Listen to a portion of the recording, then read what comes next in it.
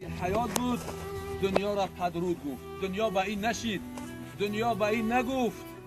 مادری که 80 سال فرزند تربیت کرد، خدمت کرد، محنت کرد، امروز مرگ او را بود. مرگ بود 80 سال دنیا. ببین که اخیرش که دنیا به این وفاگی نکرد. ای همین فهمیده میشه که این دنیا برای هیچ کس وفاگی نداشته است. و همون خاطر مولوی میگه که اندیشه مرگ مصطفی باید شادی و طرب جمله رها باید کرد. او با شرف و عزت خود باقی نماند، ما را طمع خام چرا باید کرد. اگه همون رسولی که خداوند او را سفیر خودش به دنیا فرستاد تا که مردم از بیسوادی و جهالت و گمراهی و بدبختی برهونه، دنیا به همون تضاد نشید. 63 سال حیاتش داد.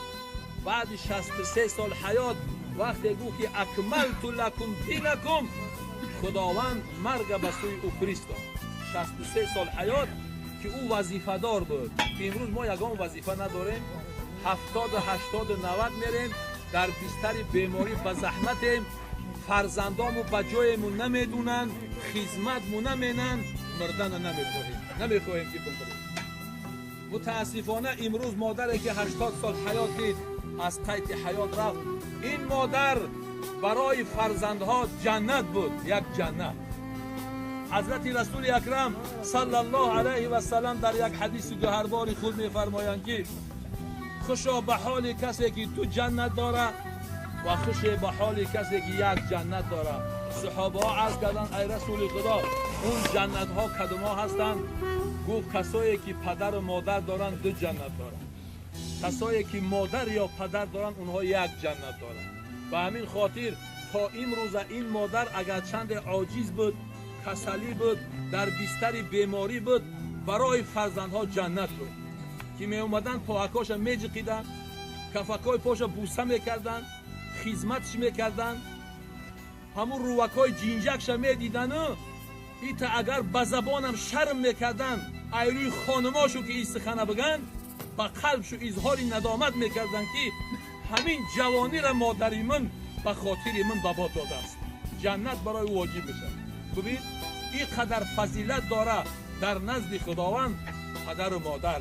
خطاب من زیادتر برای جوانا هست که امروز بسیاری جوانای هستند که پدر و مادر میرنجانند، که پروردگار عالم میگه یا ایها الذین آمنو اطیعوا الله و اطیعوا الرسول و بالوالدین احسانا. ای ذاتانی که ایمان به خدا و روز قیامت داره، پس از اطاعت خدا اطاعت رسول بکنه و پس از اطاعت رسول برای پدر و مادرتون نیکی بکنه، در این دنیا بکنه. وقتی که در قید حیاتن پدر و مادرتون نیکی بکنه. ای جوانا وقتی که در مسجد خفتن میخوانی، پس ای خفتن اول پیش خانم نیو پیش مادرت برا، اول پیش خانم نیو پیش پدرت برا، پاکاش بجقی که قدیش صحبت های نرم که ای مادر جان ای پدر جان چی احتیاج داری، چی خدمت کنم. والله قسم به خدای تعالی میگی انا همون خداوند گفتگیش که برای پدر و مادرتون یکی بکنید انا همی ای. امروز یک فرزند میبینی ای رسیه میآید و گردنش زنجیر خر داختگی، دو سومپل پدرش میتیه، شی سخنای قبیح دشنام برای او پدرش برای دو سوم میتیه.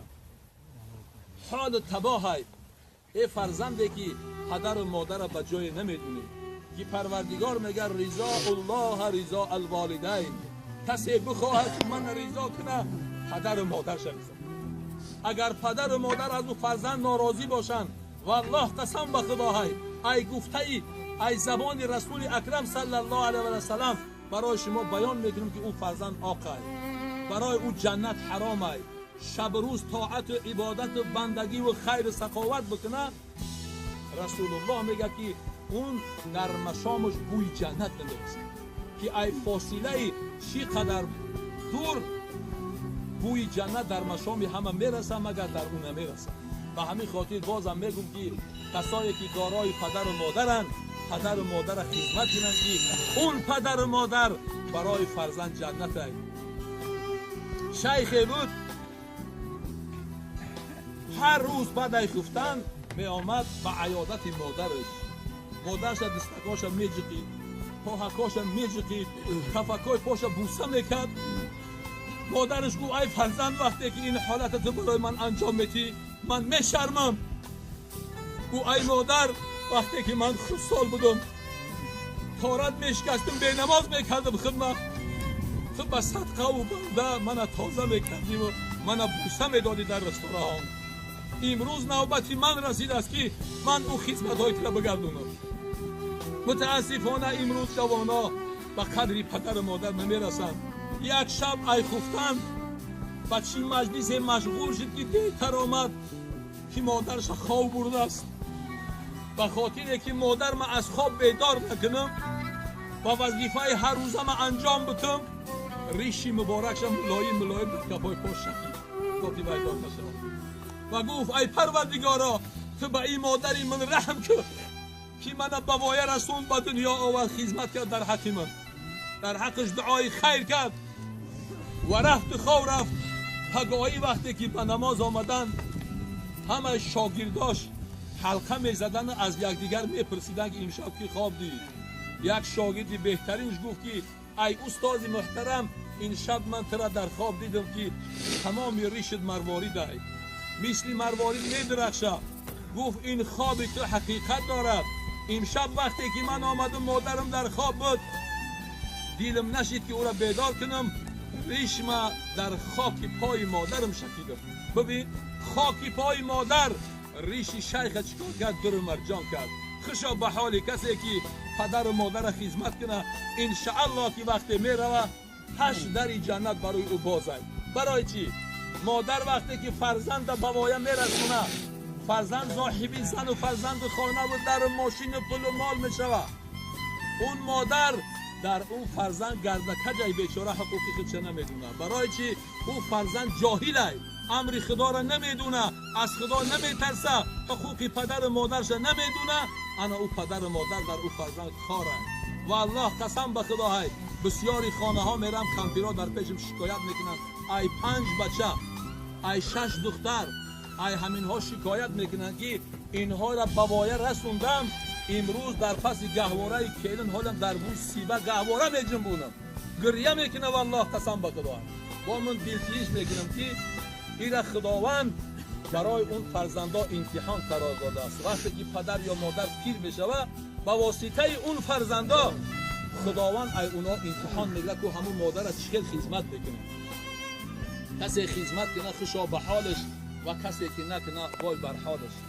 یکی پدر و مادر زیرک هستند. یک پدر بود که بسیار زیرک بود که همسرش در حال حیاتش از قید حیات گذشته بود. 3 تا پسر داشت. دید که پسراش خوب نظارتش نمیکنن خوب خدمتش نمیکنن گردکچی به صاحب بود. بعد فرزند کلانیش فریاد کرد گوی جمشی بچه جان وقتی کشیش گفت که تو فرزند اولی من تو را بسیار دوست میدارم که یکمین باید تو به دنیا آمدی من به خاطر تو بسیار شاد بدم من برای تو یک سیر میگم به خواطر همین جای من نباش وقتی من میم برم همین پای پایم نبکن همینجا همه ذخیره هم در همینجا میشود. بعد خطی همسرش مصلحت کرده برای دنیا بعد در حق پدرش خدمت کردن 1 ماه یا همین تا خدمت کردن بعد موبنگیش فریاد کرد گفت تو فرزندی موبنگی کسلی تو را بسیار دوست می داشتم به خواطر جای من نباشه خیسکی همین که هر سهش همین خیر فهمون کلانیش هم به همسرش خدمت کرد موبنگیش هم خدمت کرد اخیرونگیش هم خدمت کرد 3 فرزند برای پدر شب روز خدمت کردن. به خاطر چی؟ نه به خاطر الله نه به خاطر پدر مگر به خاطر دنیا خدمت کردن.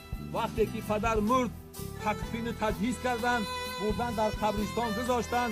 بعد شب اول اومدن در همون جای پدرش و بعد کوپکر همون اکای کلانی پرت داد و بعد شروع به خواندن قرآن کرد. اون کفاش هم همونجا 6 تا اون شب تلاوت قرآن کرد او نرفتن. شب دیگر 6 تلاوت قرآن کرد او نرفتن. شب سوم 6 تلاوت قرآن کرد او نرفتن.